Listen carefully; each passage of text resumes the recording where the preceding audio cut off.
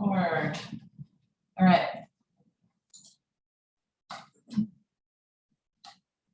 All right. So we are going to go ahead and get started. My name is Lydia Boulder. I am the Administrative Associate in the Department of Political Science. And I am also the event coordinator and de facto alumni coordinator as well. And the purpose of these alumni chats is just to give our students some connection with our former students, and so that our former students can feel also still connected to the department, and so we can have a little bit of a discussion back and forth about, you know, what our students are actually doing with their degrees and how their experiences were helpful to their careers. So in an effort to sort of help our current students make decisions about what they want to be doing during their undergraduate careers. So and the purpose of this alumni chat, our study abroad chat, is of course to discuss our study abroad options. And again, just to do all of those things, see what the study abroad experiences of our alumni have done for their careers and their personal lives, and what sort of options are out there as well. We have Kim from the Learning Abroad Center here today, and she'll be able to talk about some of the current opportunities that are available and how they can help as well. So the flow of events is basically a Q&A. I'm going to hand it over to Kylie here in just a minute, and she will moderate just a standard Q&A between our alumni and Kim of some questions that we thought might be helpful to have answered. And then we will we'll open up to questions from anybody else who attends the meeting at that point. Yeah, so that's that. So I'm going to hand it over to Kylie. Kylie Smith is one of our peer advisors, and she's going to introduce herself a little bit, and then we'll introduce our panelists. Thanks, Kylie.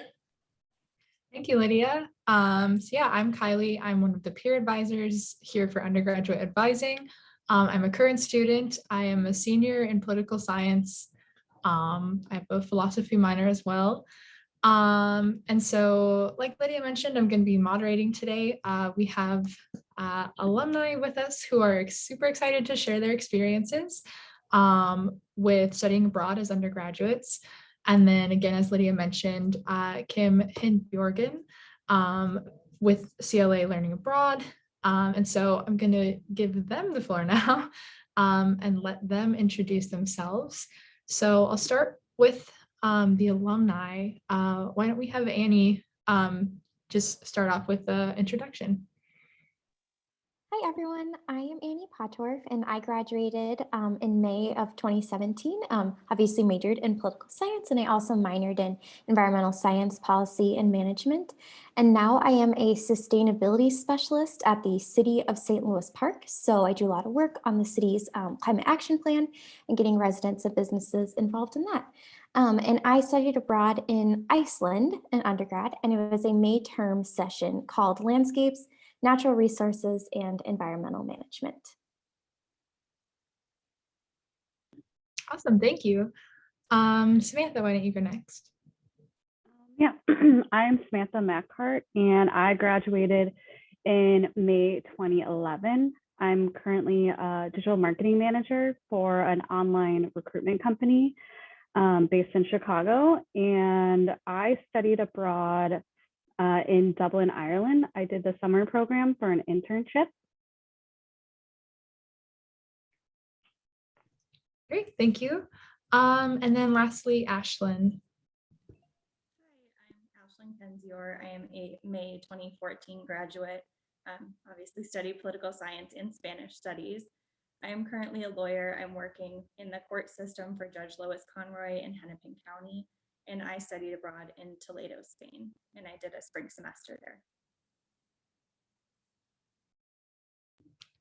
All right. And then last but not least, Kim, would you like to introduce yourself?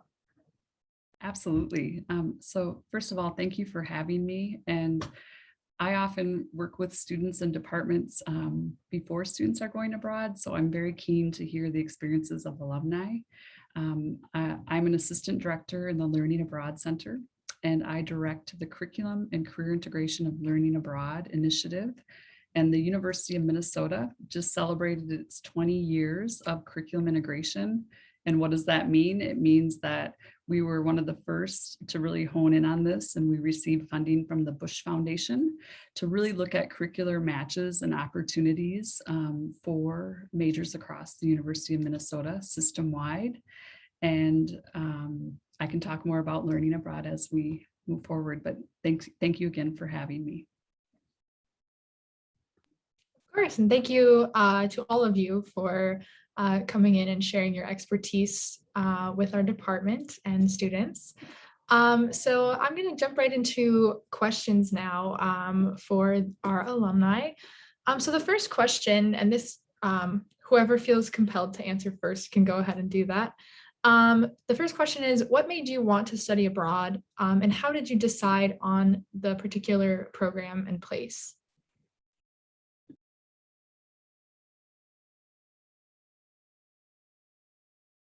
I'll go. So I was taking a lot of classes, I would say, that are more global, so like global politics, international relations. And I thought that it'd be really nice to kind of get hands-on experience in another country to kind of use what I've learned in class, which is why I picked an internship. And I decided on Dublin, Ireland, because I really wanted a country that was rich in political history. And Ireland definitely has all of that. So that was probably the biggest reason why I decided to go there.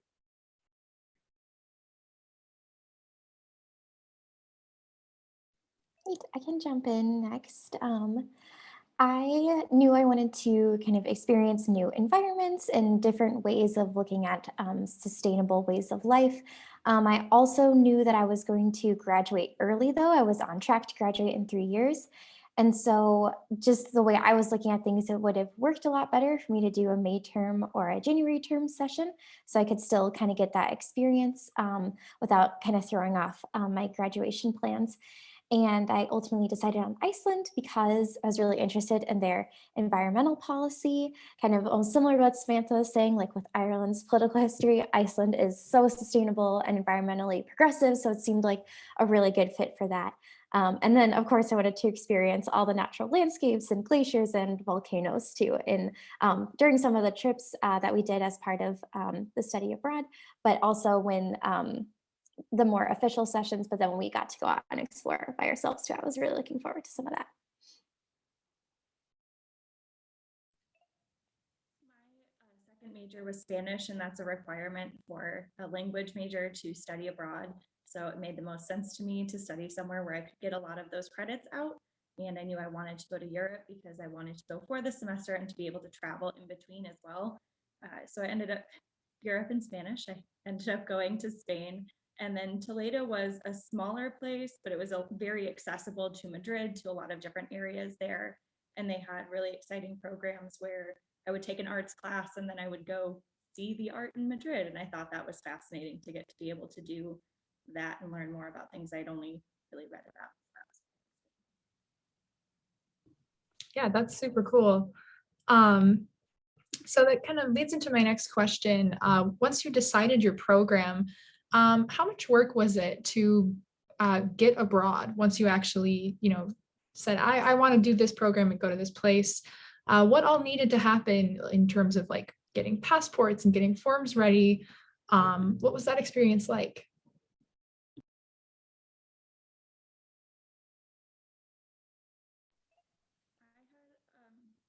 Probably a stranger experience, but I had a lot of help from the folks at the Fund where I studied. So I have dual citizenship with a European Union country, which means that I didn't need to get the visa to stay for more than 90 days. But I did need to go and get a special visa to say I could stay. I think it's either 3 or 5 year terms to live in another European Union country. So before I left, I was in communication with them a lot about what needed to happen. And then Yuki, who is in charge of the food, scheduled my appointment for me, set everything up, and came with me to help interpret everything, because the legal and immigration Spanish was not something I had a good grasp on. So it was really helpful to have her and the entire team there kind of say, here's what you need to do. It wasn't too much work on my end, just because I had that other passport and the other citizenship, which was very nice, but they were the ones who had seen this before, who had done it before, and they helped me through that process.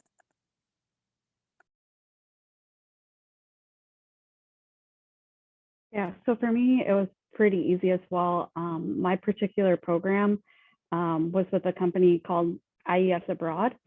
So I do remember they have advisors there, and the advisor called me. We kind of talked over what kind of internship I wanted.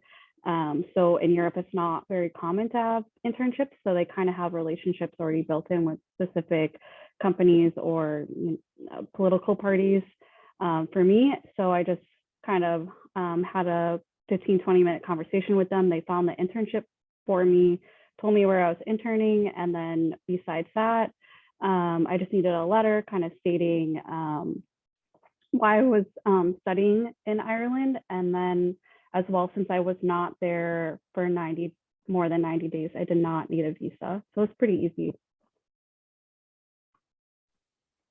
Yeah, kind of have a similar experience too, just since I was going for the May term session, didn't need to worry about visa or much extra preparation. I do remember that, so since it's actually a course I was taking, led by university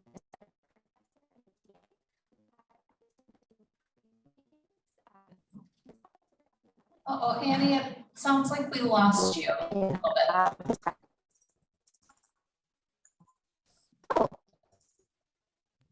Yeah, sorry, I just wanted to make sure it wasn't my computer, but yeah, I think the majority of that got cut out or sounded really jarring. So, uh-oh. Okay, I just tried to turn my video off. Does that help at all? I can hear you. Yeah, that's great. Okay, I'll just leave it off for a second. Yeah, because you all got garbly too for a sec. So I think my internet was probably just struggling, but I wasn't going to add too much other than that, since I was going on actually a course for this study abroad experience. And it was led by a professor from the University of Minnesota. We got to meet with him and the TA a few times ahead of time, and the other students, and they were really responsive and helpful with helping us prepare. Awesome. Thank you all for sharing. So once you started your program and actually, got on the plane and went abroad, was your experience exactly what you were expecting? And if not, in what ways was it a little bit different than what you had anticipated?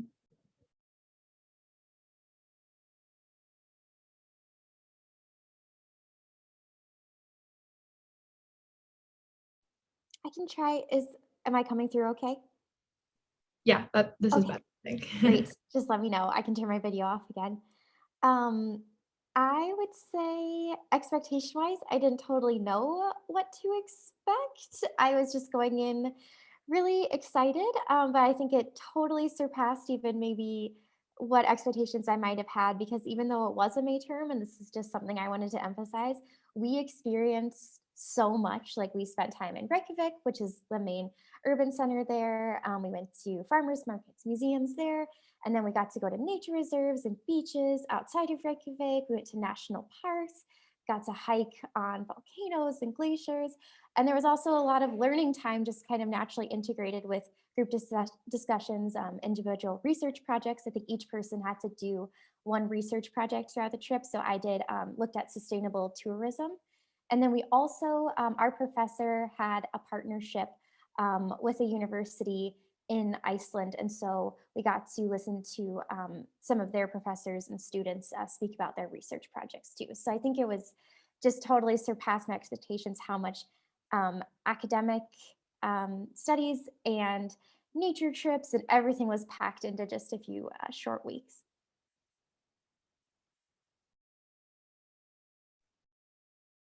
I think it was similar to my expectations, but I think I really went in there because Dublin is an English speaking country that I think I just over assumed that so many things were very similar to how it is in the United States. So I think I wasn't prepared enough culturally how different they actually are to us. So it's kind of an adjustment, especially with the internship and how their work structure is very different than how it is in the United States.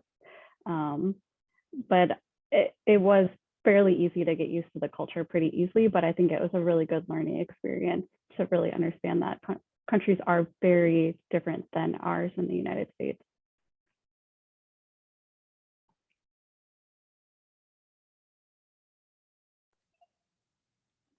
I don't remember what I expected. I kind of like Annie, I was just so excited. But like Samantha, I didn't realize the cultural differences I was going to experience. I was staying in the dorms. So I thought, you know, it's going to be a bunch of American students. We're still going to have our like dorm energy here. It's going to be like transporting a little bit of the University of Minnesota into Spain, but it was a very different experience. And I remember just being so awestruck that every single class I was in, I was learning in 100% Spanish. Even though I knew that's what was going to happen going into it, it felt very exciting and very strange at the same time once I was in that environment. And then I was excited all over again. Like, I can't believe I'm able to do this. I can't believe I get to have this experience. So I loved it. That's very cool. So let's see here. All of you kind of mentioned what it was like sort of getting used to the environment, the culture. How was it? We've also mentioned coursework. How was it balancing coursework abroad? I think Annie talked about this already, but how was it balancing coursework with trying to, experience the culture or incorporate other travel, other experience? You know, you are in another country, and so certainly there is excitement about experiencing things like going out or visiting museums or other landmarks. And so what was it like trying to balance being a student on top of just the thrill of being abroad? Sure, I'll go. So for me, my internship was Monday through Thursday, 9 to 5. So I got all my Fridays off. And then I had a seminar on Wednesdays that was on Wednesday evening for about, I think, 2.5 hours. So because of that, and it was a fixed schedule, that it was really easy for me to go on weekend trips. So I think I was gone every single weekend somewhere else in Ireland.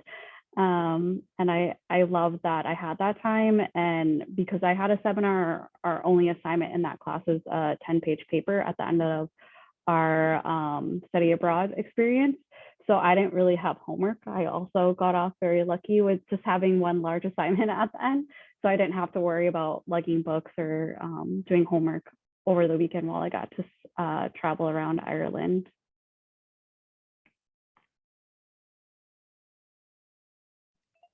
I had a similar experience. I think the Fund where I study doesn't even have Friday courses for this exact reason, to allow students to be able to travel. And I packed all of my classes in Monday through Wednesdays, so I could do homework and catch up, do whatever I needed to on Thursdays, and then whatever friend group was traveling over the weekend, I would go with them on Fridays. So it made it much more manageable to kind of cram my schedule in, and it was okay if I had early classes because I knew at the end of the week it meant that I got to go somewhere else.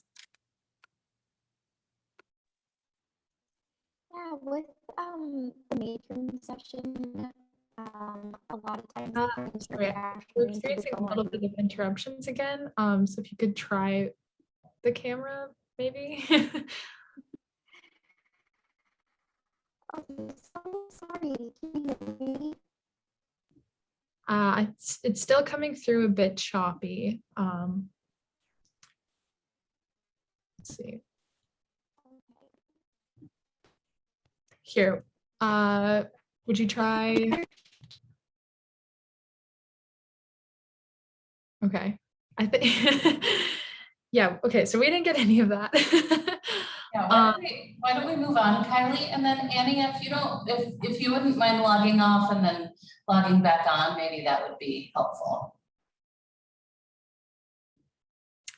Okay, so luckily we did hear a little bit from Annie in the previous question. But certainly in the next, if you have something that you would like to say, we can fit that in once we fix the Wi-Fi issue. But our next question is related to your coursework or your experience with the internship. How did your study abroad experience affect your timed degree, or getting to your graduation requirement? Did it cause issues with that at all? And how did you accommodate that? Because I had the second major and this was such a big part of it, it was really easy to tick off those things. So it didn't impact my degree at all. I was able to graduate in 3 years, but a lot of it was because I came to the University of Minnesota knowing I wanted to study abroad. So I sat down with my advisor, I told him this, and he was like, look at this kid with these rose-colored glasses thinking she's going to be able to do it. But because I had so much time to plan it out, I could look at every single course, tick off every requirement, and plan that out very early on. So it was a very intentional planning of, okay, here are the political science classes I need to take before I go. This is only offered this time. And it did take a bit of coordination, but luckily, because all of the classes that I ended up taking would count towards my Spanish studies major, it didn't impact my graduation date at all. I was a little bit different. I was a double major as well, and I was on course to finish in the 4 years, but I did not plan to study abroad at all. It was actually a very last minute decision. But the internship did count for my political science major.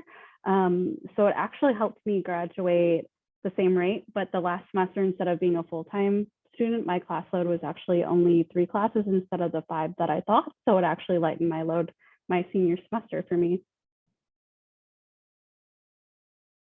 Awesome. So Annie joining us now, the question was, how did your study abroad experience affect your timed degree process? And how did you fit studying abroad into meeting your degree requirements? Great. And can you hear me? Is this better? Yeah, this seems to be better.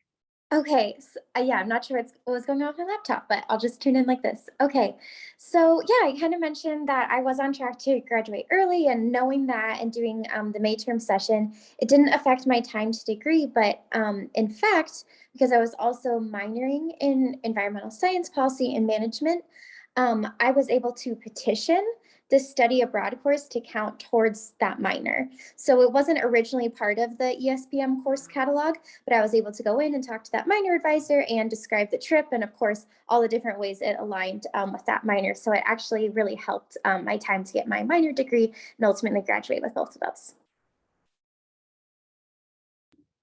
Awesome.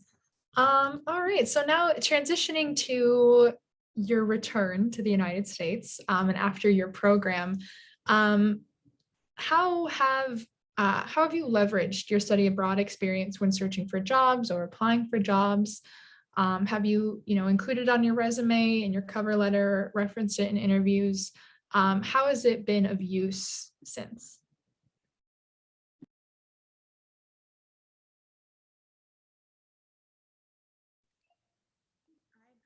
My first full-time job after graduation through someone I met studying abroad.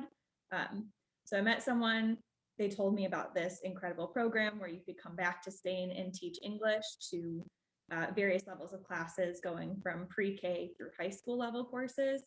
And I thought, this is incredible. I love being here, and hopefully I get to be in a city center somewhere that I haven't experienced yet.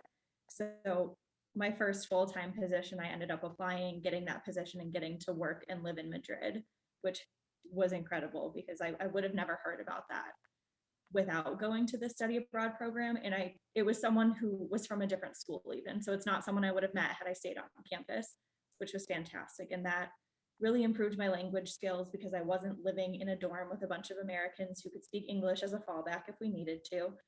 And later on, when I was in law school, I represented survivors of human trafficking who were from Latin America and only spoke Spanish. So I got to use those Spanish skills in a very tangible way afterwards. And I don't think I would have kept up with the language skills or any of that had I not had that first experience and gotten to go back because of that. So it all kind of originated from the study abroad program.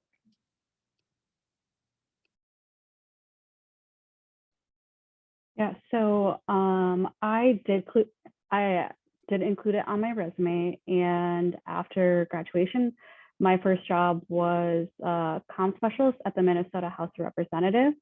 So I was very lucky that in my internship, because my other major was journalism, that they did let me do a lot of things in communications. So I got to interview politicians, write blogs for the website. So those skills that I learned in my internship, I actually got to use in my first job. And then flash forward a few years later, I actually had the opportunity to apply to the company that I used to study abroad. And I had it on my resume, and right away they're like, "That's amazing, you're an alumni." So I credit that definitely for probably why they picked me over everybody. But it was a really rewarding experience to actually work for the company that you used to study abroad with.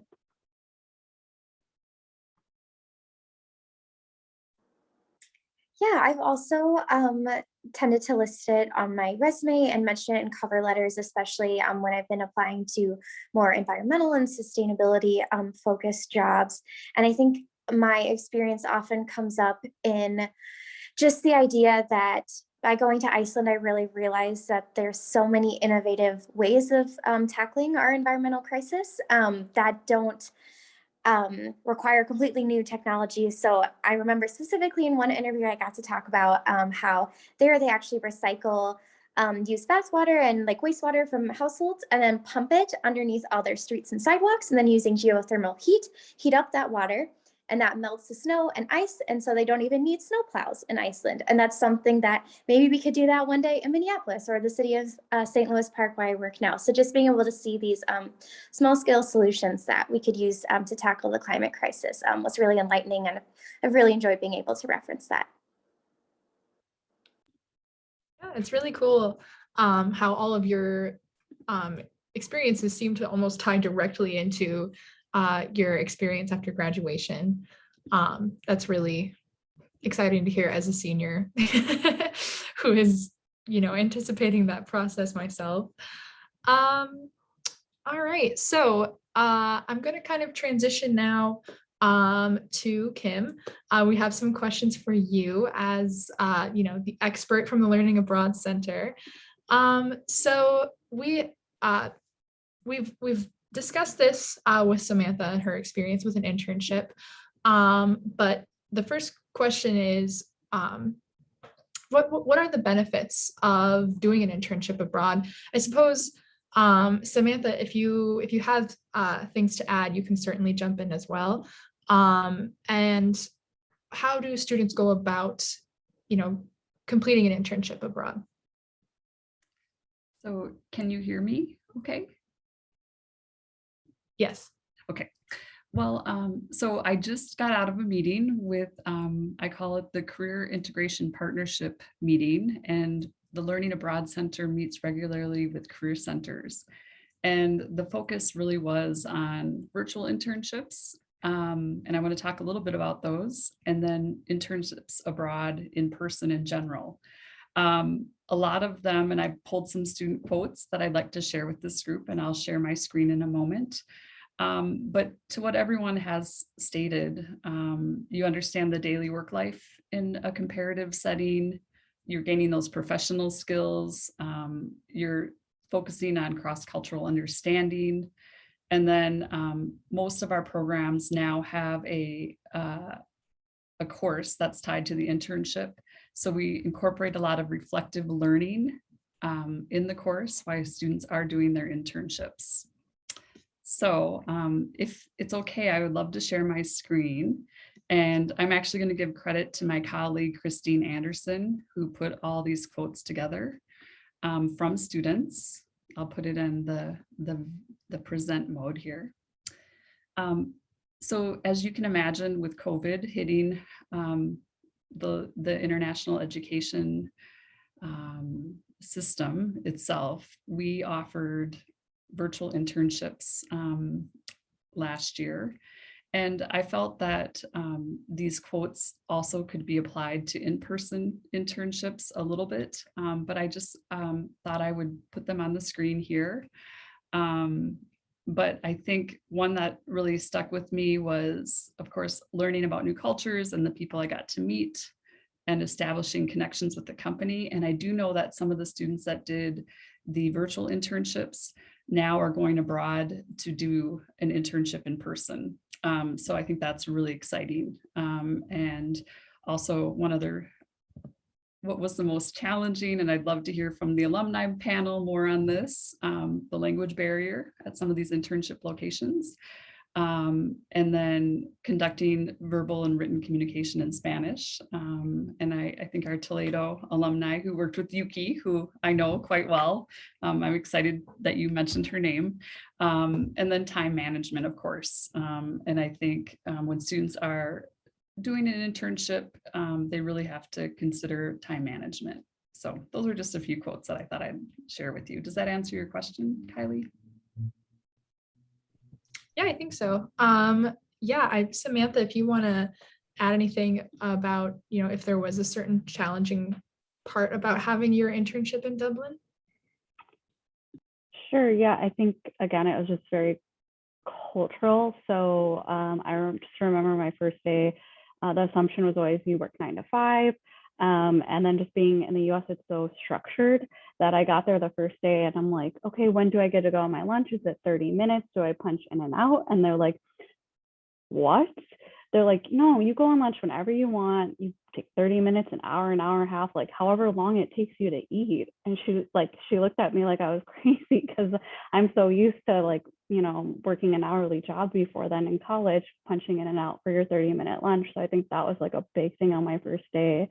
And then they were just very flexible too. Like if you need, you want to go to some museum, like it's okay if you leave at 3, like the work will still be there tomorrow and you're not really like used to that.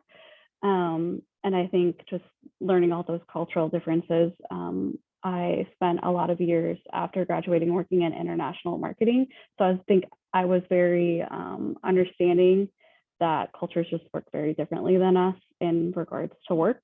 So it made my relationship with those abroad easier in my job. Yeah, those differences are certainly fascinating to hear about. Ashlyn, I know your work experience was post-graduation, but I'm sure if you want to speak to, you mentioned language barriers and learning all of your coursework through Spanish, but did you have a similar experience when you were teaching English in Spain? It was a very different environment. Like Samantha said, my coursework wasn't that heavy, so I could do lessons outside of it, but it was also like a 2-hour lunch break every day, and we had like coffee and tea at 10:30, and everyone would sit around the table and all the teachers would gossip, and it was great because I would learn so much Spanish spoken in such a conversational setting that I didn't get elsewhere. But I do remember when I studied abroad being very overwhelmed at times by the language barrier. So we had an art class, and I remember paying attention, taking such great notes. And I was like, okay, I understand this analysis.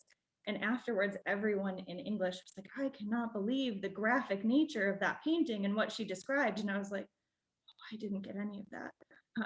I was just sitting around taking my notes thinking like, there is a clock, there is this. And it was completely missed on me. So there were some moments where it was very stark that, I'm not getting the full picture because I don't have a complete understanding of it, which was always a challenge. But I felt like once I moved back, I had that base language skill that was really useful to kind of navigate, like opening a bank account or getting a cell phone in Spanish. So that was very useful. Yeah, thank you both for sharing that. So my next question, going back to Kim, What options do students have to make their study abroad experience more affordable? What are, financial aid options? And are there scholarships specific to studying abroad or scholarships to specific programs? So I work with a financial barriers group on campus for learning abroad, and we try to do a lot of work with financial literacy for students. I just want to say that my colleague Tweedone just did a You Can Afford to Study Abroad session virtually, and we had 120 students attend. So I think that's really exciting. We also have a partnership with the Office of Student Finance. So if a student has a FAFSA on file, we really want them to do a financial preview meeting, even if they're thinking about studying abroad, maybe not next year, but the following year, so they can start planning. We have scholarships. There's also FLAS scholarships for language learners. We also have College of Liberal Arts has really done a lot with donor development to develop more study abroad scholarships for their students. And I know their Career Center has internship scholarships available that can be applied to learning abroad.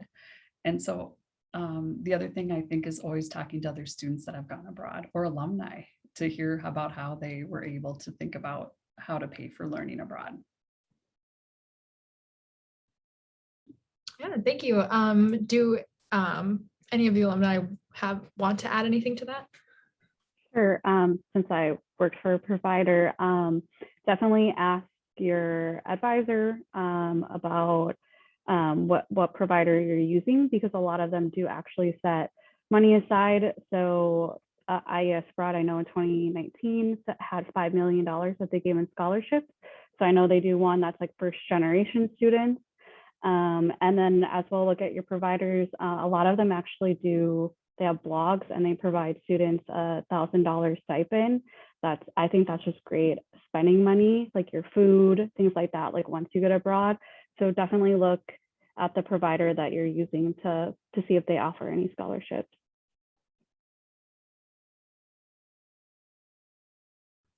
And that's a great point, Samantha. I do want to mention that sometimes there's governmental scholarships. I know our students that study in Japan, there's a government scholarship that they can apply to that are offered by host universities. And that's a great point about the provider piece. And so, yes, absolutely. And one other program that we've been working a lot with is our Present Emerging Scholars program. And it's a financial planning scholarship called Fund the Gap that we have available for students. So thank you. All right, thank you.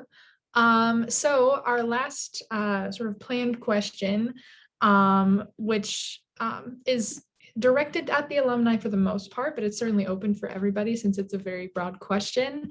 What advice would you give to students considering a study abroad experience in the general sense? Or is there anything that we haven't discussed so far that you think would be really helpful information for students who are looking to find a program? I would say do it. I have never met a single person who studied abroad and said, oh, I regret that. Everybody says that truly a life-changing experience, and it definitely was for me. And second, I would definitely say use the study abroad office, go talk to your advisor. They are there to help you. And I just remember that my experience, they were such a great help in me deciding what program to go on.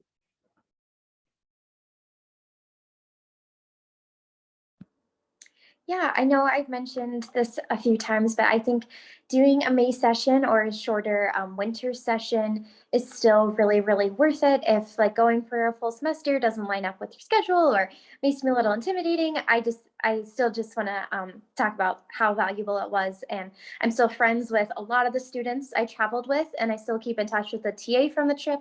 So just in terms of building your professional references and then just your network of friends and future colleagues too, it's really worth it even for those shorter trips.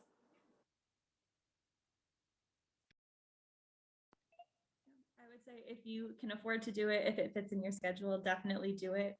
it is a life-changing experience to get to do that. There aren't many opportunities in your life to go get to live somewhere else for a short period of time and to experience that culture.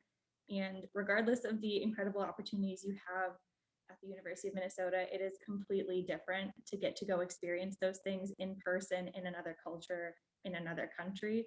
So if you're able to make that work, plan ahead. If you have to, do whatever it takes, tap into your resources at the University of Minnesota and talk to everyone about how to make that work for you, because it's a phenomenal experience.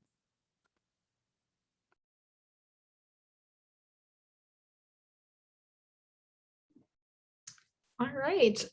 Thank you so much, everyone. I think, oh, Kim, were you going to say something? Sorry. Oh, okay. I just want to say that the alumni are very articulate about explaining why you should do it. And, you can always go abroad after you graduate, but you can't always study abroad. So. Yes, I can say as a current student who is moderating, but also absorbing this information, it sounds really exciting, and you guys did a great job to make it sound like an incredible experience, both in terms of having fun and, meeting people, but also showing how it directly has contributed to your life after graduation. All right, so once again, thank you guys so much for sharing all of this. We have about 10 minutes left for our Q&A session. So I'm going to check back in with Lydia for this. So we did get a question in from one of our registrants who wasn't able to attend today. She asked if there were any particular, I guess this would be for Kim, if there were any particular locations or schools that were especially valuable for people who were government or law focused career-wise, and if that's something that they should focus on, or if they should focus on, something that suits their personal interests more than maybe their career interests, or if that makes any sense. That's a great question. So I had alluded to the Curriculum Integration Initiative. A hallmark of that grant that we worked on or received from the Bush Foundation were to look at curricular matches and experiences that would work for majors across campus. And often it's the paradox of choice, and probably the alumni have already dealt with that when they were trying to select a program. But we tried to narrow down program listings in tandem with the faculty and staff in political science. And we also have a pre-law resource available to students. And so Kylie or Lydia, I can provide that link to you. But I just met with a student the other day who was a computer science major, but wants to minor in linguistics. And he was really on the fence about where to go. And I think by utilizing the Learning Abroad Center and talking with a program member from that team, I think you can learn more about the program and what really gets you excited. I think there are so many options. And as I mentioned before this call started, we have 180 programs in 50 countries. And we work with a vast majority of providers. And so I tell students to come in numerous times to try to narrow down their choice. So it's a big decision to make. And if the alumni have anything to add, please do. As a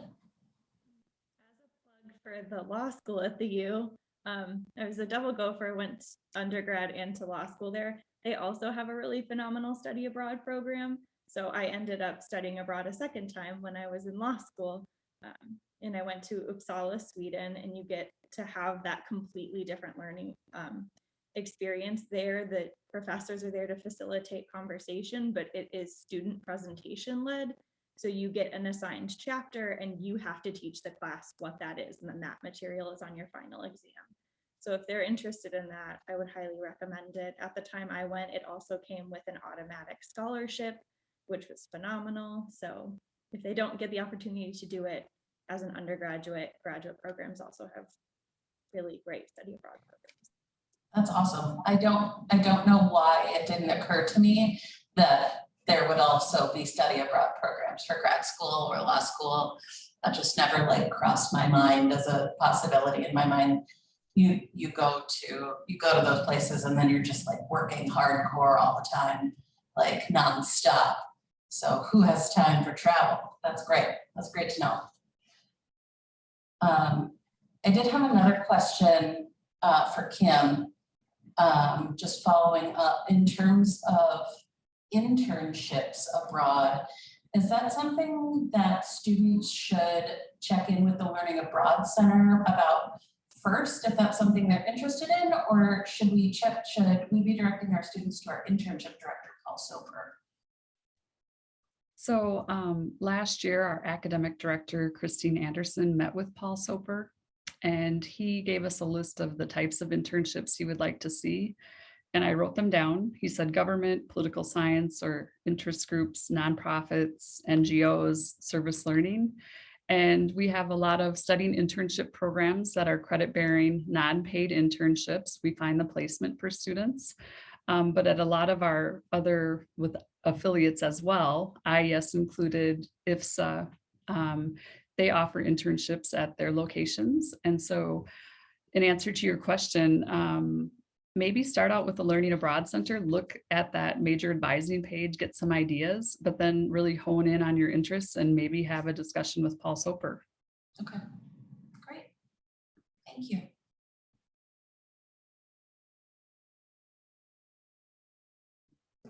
All right. So I'm assuming then, Lydia, that those are the questions that we have submitted for the Q&A. Yes. Yep. Okay. That's all I have. I have sort of a half question formed in my brain that I will ask. So obviously there are plenty of study abroad opportunities for second language or just non-English programs. Is it a requirement or is it standard that students are a, for example, Spanish studies major or French major or minor, or is it possible for students who maybe have just taken foreign language to study that language abroad if they, without being a major for it? That probably seems like an oddly specific question, but.